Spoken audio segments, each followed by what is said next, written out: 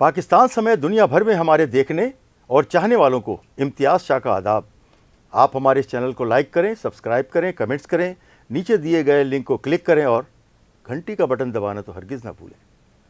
آج میں جو آپ کے سامنے سٹوری رکھ رہا ہوں اور میرے ساتھ جو میرے استاد محترم موجود ہیں جناب ایچ خانزادہ صاحب، میں ان سے پوچھوں گا کہ یہ جو نواز شریف کی واپسی ہوئی ہے 4 سال بعد پاکستان، تو الطاف حسین کے بھی آنے کے کوئی چانس ہیں یا نہیں ہے؟ بھائی شاہ جی، نواز شریف کی واپسی ہوئی ہے، الطاف حسین کے آنے کے امکانات، اگر الطاف حسین واپس آنا چاہیں گے تو امکانات تو موجود ہیں۔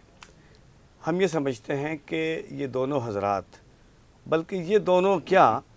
تمام ہی سیاسی افراد جو ہیں وہ اسٹیبلشمنٹ کے ستائے ہوئے ہیں۔ اچھا، کچھ زیادہ ستائے ہوئے ہیں، کچھ کم ستائے ہوئے ہیں۔ اسٹیبلشمنٹ کو جب ہم ڈیفائن کرتے ہیں تو ہم یہ کہہ سکتے ہیں کہ مقتدر حلقے یا وہ حلقے جن کی مرضی اور منشا کے بغیر نہ حکومت ہو سکتی ہے، نہ تجارت ہو سکتی ہے، نہ معیشت ہو سکتی ہے، اور زراعت تو بالکل نہیں ہو سکتی۔ میں یہ عرض کر رہا تھا کہ میاں محمد نواز شریف جو ایک سزا یافتہ مجرم پاکستان کی عدالت سے سزا پانے کے بعد پاکستان کی جیل میں قانون کے دائرے میں موجود تھا، ایسے کیا عوارض انہیں لاحق ہوئے اور ایسے کیا ہوا کہ اس وقت کی حکومت نے، اس وقت کے وزیر اعظم نے، اس وقت کے ذمہ داران نے یہ طے کیا کہ میاں محمد نواز شریف کو سزا یافتہ ہونے کے باوجود پاکستان سے باہر جانے کی اجازت دی جائے، اور یہ سب کچھ علاج کے نام پر ہوا۔ وہ میاں محمد نواز شریف 4 سال پہلے، یعنی ایک مقدمے میں انہیں سزا ہو چکی تھی۔ یہ میرا خیال ہے کہ پاکستان کی اور دنیا کی تاریخ میں شاید پہلی مثال، اور ممکن ہے اس کے بعد اب کئی مثالیں اور ہوں۔ پہلی مثال تھی کہ جس نے ایک سزا یافتہ شخص کو جیل سے نکال کر باہر پہنچایا برائے علاج،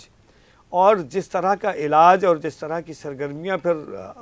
وقتاً فوقتاً ان کی معلوم ہوتی رہی، تو اس سے معلوم ہوا کہ وہ بیمار تو ہرگز نہیں تھے۔ اب سوال یہ پیدا ہوتا ہے کہ اس وقت جو حکومت تھی، میں بہت کھل کے کہہ رہا ہوں، اس وقت جو حکومت تھی جس کے وزیر اعظم عمران خان تھے، اور عمران خان کی وہ کون سی مجبوری تھی، وہ انہیں کیا چیز لاحق ہوئی تھی کہ وہ میاں محمد نواز شریف کو باہر بھیجنے پر آمادہ ہوئے؟ سب سے زیادہ عمران خان ہی اس بات پر معترض تھے کہ یہ چور ہے، کبھی کہتے تھے کہ یہ ڈاکو ہے، کبھی کہتے تھے کہ یہ مطلب جو بھی ان کے منہ میں آتا تھا وہ کہتے القابات۔ دیکھیے، سیاست میں یہ جو اخلاقیات کا دامن ہے، یہ سب سے پہلے انہوں نے چھوڑا۔ ابے اوئے کی سیاست سے جو آغاز ہوا ہے، بدتمیز، یہ ہم تو بدتمیز نہیں کہیں گے، ہم تو براہ راست کہہ رہے ہیں کہ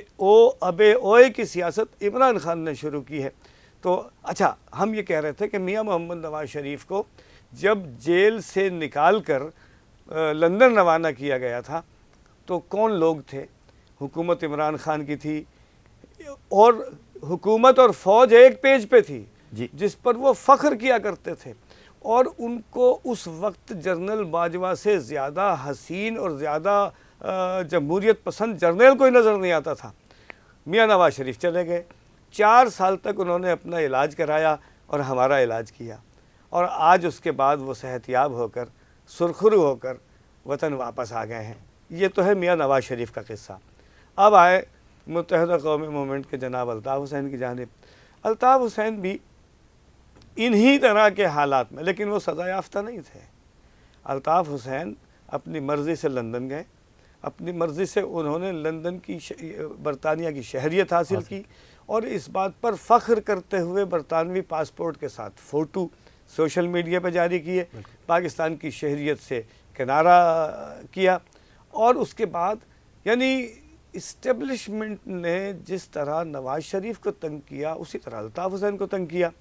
لیکن الطاف حسین جس انتہا پہ جا کے کھڑے ہو گئے، نواز شریف اس انتہا پہ نہیں کھڑے ہوئے جا کے، اور یہی وجہ ہے۔ ہاں، اس کے باوجود بھی اگر الطاف حسین آنا چاہیں تو یہ تو ان کی ول پر منحصر ہے، کہ اگر وہ آنا چاہتے ہیں تو انہیں کوئی روکے گا نہیں، اور اگر وہ نہیں آنا چاہتے ہیں تو وہ کہتے ہیں کہ اگر آنے کی خواہش ہو تو کوئی مشکل راہ میں حائل نہیں، اور نہ آنے کی خواہش ہو تو ہزار بہانے ہیں۔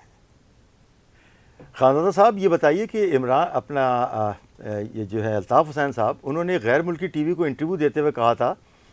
کہ فوج مجھے پاکستان میں واپسی کی جو ہے وہ دعوت دے اور یہ تسلیم کرے کہ MQM اور الطاف حسین کے ساتھ ایک حقیقت ہے۔ تو آپ کیا کہتے ہیں کہ یہ تسلیم کر لیا جائے گا ان کا، اور ان کو دعوت دی جا سکتی ہے؟ میں جی الطاف حسین صاحب کی کسی خواہش پر کوئی تبصرہ اس لیے نہیں کروں گا کہ الطاف حسین صاحب نے اگر اپنی خواہش کا اظہار کیا ہے تو اس میں کوئی تجزیاتی بات نہیں ہے۔ الطاف حسین صاحب اپنی بہت ساری خواہشات کا اظہار کرتے رہے ہیں اور آئندہ بھی کرتے رہیں گے، تو میں سمجھتا ہوں کہ یہ ان کا اور ان کا ذاتی معاملہ ہے۔ خانزادہ صاحب یہ ابھی ایک بات یہ بھی بڑی زیر غور ہے اور ڈسکس بھی ہو رہی ہے عام شہریوں میں، ہم جاتے ہیں تو پتہ چلتا ہے، لوگ یہ کہتے ہیں کہ ہم سے سوال کرتے ہیں کہ کیا الطاف حسین کے بارے میں جب سوال کرتے ہیں وہ کہتے ہیں کہ کیا یہ بات سامنے آئے گی ان کی طرف سے کہ میری آواز آ رہی ہے، اور لوگ کہتے تھے جی بھائی، یا یہ آئے گا بائیکاٹ، تو یہ اس کا کیا جواب دیں گے شہریوں کو؟ دیکھیں، کراچی کی سیاست میں یہ جو الطاف حسین کا فیکٹر ہے، اس کو جس نامناسب طریقے سے ختم کرنے کی کوشش کی گئی، ہم تو اس کے بھی حق میں نہیں تھے۔ جی، ہم چونکہ آزادی اظہار رائے کی بات کرتے ہیں اور Pakistan federal union of journalist جو ہے وہ اس کی سب سے بڑی علم بردار ہے، ہم یہ چاہتے ہیں کہ کسی کی بات سے آپ کو اختلاف تو ہو سکتا ہے، اور اس کے اختلاف کو بھی ایک تہذیب اور ایک حد میں آپ اس کا اختلاف کریں۔ کسی بھی سیاسی رہنما سے آپ کا اختلاف ہو سکتا ہے، کسی بھی گروپ سے آپ کا اختلاف ہو سکتا ہے، لیکن اختلاف کا مطلب مخالفت نہیں ہے۔ کسی کی آواز کو دبا دینا جو ہے، اس کا گلا گھونٹ دینا جو ہے، وہ معاشرے پر اثرات بد مرتب کرتا ہے، اور ہمارے معاشرے پر بے شمار برے اثرات مرتب ہوئے ہیں۔ جناب، جب تک بات کسی کی سنیں گے نہیں، جب تک کسی کی بات سنیں گے، آپ نہیں سنیں گے، میں نہیں سنوں گا، اس کی بات وہ نہیں سنے گا، اس کی بات وہ نہیں سنے گا، تو ہوگا کیا؟ ہوگا یہ کہ معاشرے میں انارکی کی کیفیت وجود میں آنا شروع ہو جائے گی، جو کہ آہستہ آہستہ ہم اسی جانب بڑھ رہے ہیں۔ ہم یہ سمجھتے ہیں کہ ہر شخص کو، ہر سیاسی رہنما کو، ہر سیاسی گروپ کو اپنی بات کہنے کی، کرنے کی، بتانے کی، سمجھانے کی اجازت ہو، اور پھر لوگ اس کا فیصلہ کریں کہ کس کی بات سنی جائے اور کس کی بات نہ سنی جائے۔ ہم نے تو یہ دیکھا کہ جب الطاف حسین یہ کہتے تھے کہ میری آواز آ رہی ہے، اور یہاں کچھ لوگ کہتے تھے جی بھائی، تو بعض مقدمے ہو گئے جی بھائی کہنے پر۔ خانزادہ صاحب یہ بڑا زبردست آپ نے جو احاطہ کیا الطاف حسین کی زندگی پر، ان کے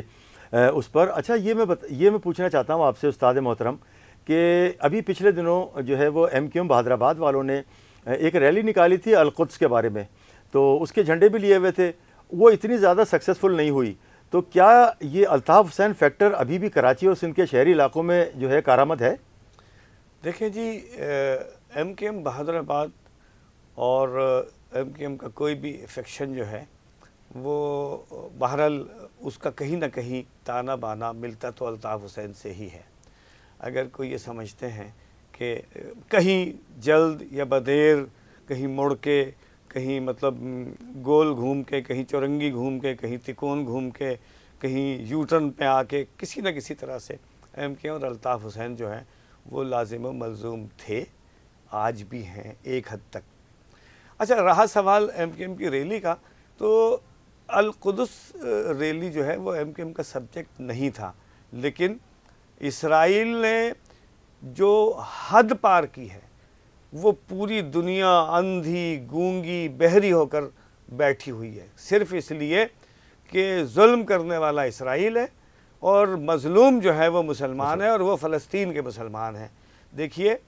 اصول جنگ جو ہیں وہ میرے اور آپ کے اور اہل ایمان کے آقا و مولا نبی آخر الزمان حضرت محمد مصطفیٰ صلی اللہ علیہ وسلم نے جنگ کے اصول وضع کیے تھے، اور وہ جنگ کے اصول کیا ہیں کہ جی انفراسٹرکچر تباہ نہیں کریں گے، خواتین کو نہیں ماریں گے، بچوں کو نہیں ماریں گے، بوڑھوں کو نہیں ماریں گے، اس سپاہی کو نہیں ماریں گے جو اسلحہ پھینک دے گا۔ اسرائیل نے کیا کیا ہے؟ اس نے اسکولوں پہ بمباری کی ہے، اس نے اسپتالوں پہ بمباری کی ہے، اس نے خواتین، بوڑھے، بچے، یعنی حتیٰ کہ میڈیا ہاؤسز، 15 سے زائد ملکی اور غیر ملکی صحافی غزہ میں شہید ہو چکے ہیں، 15-20 سے زائد غیر ملکی اور ملکی میڈیا ہاؤسز تباہ ہو چکے ہیں، اور امریکی صدر کو یہ توفیق نہیں ہوئی، وہ کہتا ہے میں اسرائیل کے ساتھ کھڑا ہوں۔ بھائی ہمیں تو کوئی وہ نہیں ہے، آپ ظالم کے ساتھ کھڑے ہوں، اللہ آپ کو توفیق دے، مظلوم کی حمایت کر ہی نہ سکیں آپ۔ اور یہ طے شدہ بات ہے، ظلم جو ہے کتنا ہی بالغ ہو، کتنا ہی طاقتور ہو، بالآخر گھٹنوں کے بل اسے بیٹھنا پڑتا ہے۔ ہم کہیں اور طرف نکل گئے۔ کہنے کا مقصد یہ ہے کہ جو القدس ریلی ہے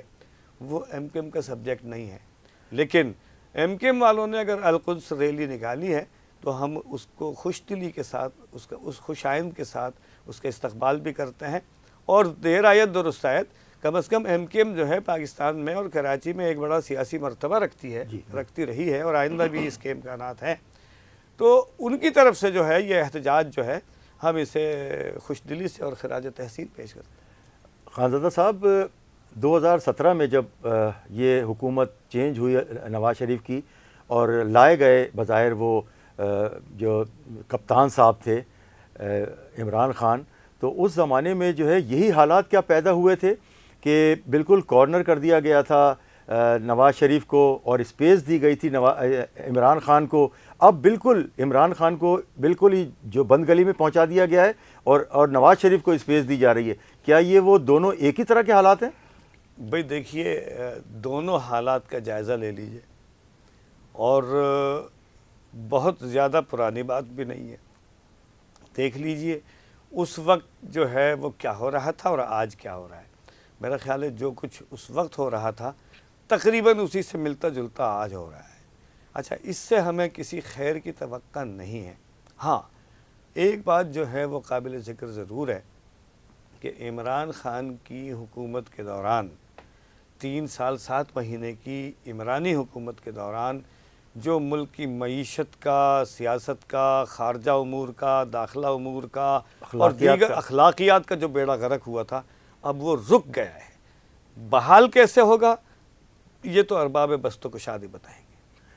خانزادہ صاحب، جب اتنی آپ نے بات کی ہے تو میں آپ سے یہ بھی پوچھنا چاہوں گا کہ پیپلز پارٹی کا آنے والے وقت میں آپ کیا دیکھ رہے ہیں، ان کا مستقبل کیا دیکھ رہے ہیں پیپلز پارٹی کا؟ سندھ میں ان کی حکومت ہوگی یا نہیں ہوگی؟ دیکھیں جی، پیپلز پارٹی جو ہے، پاکستان پیپلز پارٹی جو ہے وہ کبھی پاکستان بھر کی پارٹی تھی، جو اب پاکستان بھر کی پارٹی نہیں ہے۔ اور پچھلے 15 برس میں تو سندھ میں تو کم از کم پیپلز پارٹی کی بلا شرکت غیر حکومت رہی۔ سندھ کے شہری اور دیہی علاقوں کی صورتحال کو اگر آپ حقیقت کی نگاہ سے دیکھیں تو کوئی خیر کی خبر ہی نہیں آتی۔ اگر عصبیت کی اینک اتار کے دیکھیں تو یعنی کراچی کا رہنے والا سڑک تعمیر کرنے کا شکوہ تو جب کرے جب لاڑکانہ کی سڑک تعمیر ہوئی ہو۔ بھائی لاڑکانہ جہاں جناب ذوالفقار علی بھٹو کا مزار ہے، جہاں محترمہ بے نظیر کا مزار ہے، تمام دونوں بھٹو یعنی بے نظیر صاحبہ کے دونوں بھائیوں کے مزارات ہیں، اس شہر کی سڑکیں اور گلیاں ٹھیک نہیں ہیں تو کراچی اور حیدرآباد والوں کو تو شکوہ ہی نہیں کرنا چاہیے۔ جب نواب شاہ کی گلیاں ٹھیک نہیں ہیں، جہاں آصف علی زرداری صاحب کا جو ہوم ٹاؤن ہے، جہاں چیئرمین بلاول بھٹو صاحب کا ہوم ٹاؤن ہے، جب وہاں کی گلیاں ٹھیک نہیں ہیں، جب وہاں پینے کا صاف پانی نہیں ہے، جب وہاں نکاسی آب کا انتظام نہیں ہے، جب وہاں امن و امان کی صورتحال ٹھیک نہیں ہے، تو کراچی، حیدرآباد اور سندھ کے دیگر جو علاقے ہیں ان کا شکوہ تو میرا خیال ہے بنتا ہی نہیں ہے۔ سندھ کے پچھلے 15 سالوں میں جو بھلائی ہوئی ہے اس کی اور جو خرابی ہوئی ہے اس کی سراسر خالصتاً بالکل ایک نکاتی ایجنڈا پیپلز پارٹی ذمہ دار ہے۔ بھلائی کیا ہوئی ہے میں آپ سے عرض کرتا ہوں۔ سندھ کے دیہی اور شہری علاقوں میں جو شعبہ طب کے جو معاملات ہیں ان میں ذرا سی بہتری ہوئی ہے، یعنی گمبٹ میں ایک state of the art hospital بنایا ہے میڈیکل کی، یعنی جہاں جگر کا اور پتے کا آپریشن ہوتا ہے اور عام آدمی کا آپریشن ہوتا ہے اور مفت میں ہوتا ہے۔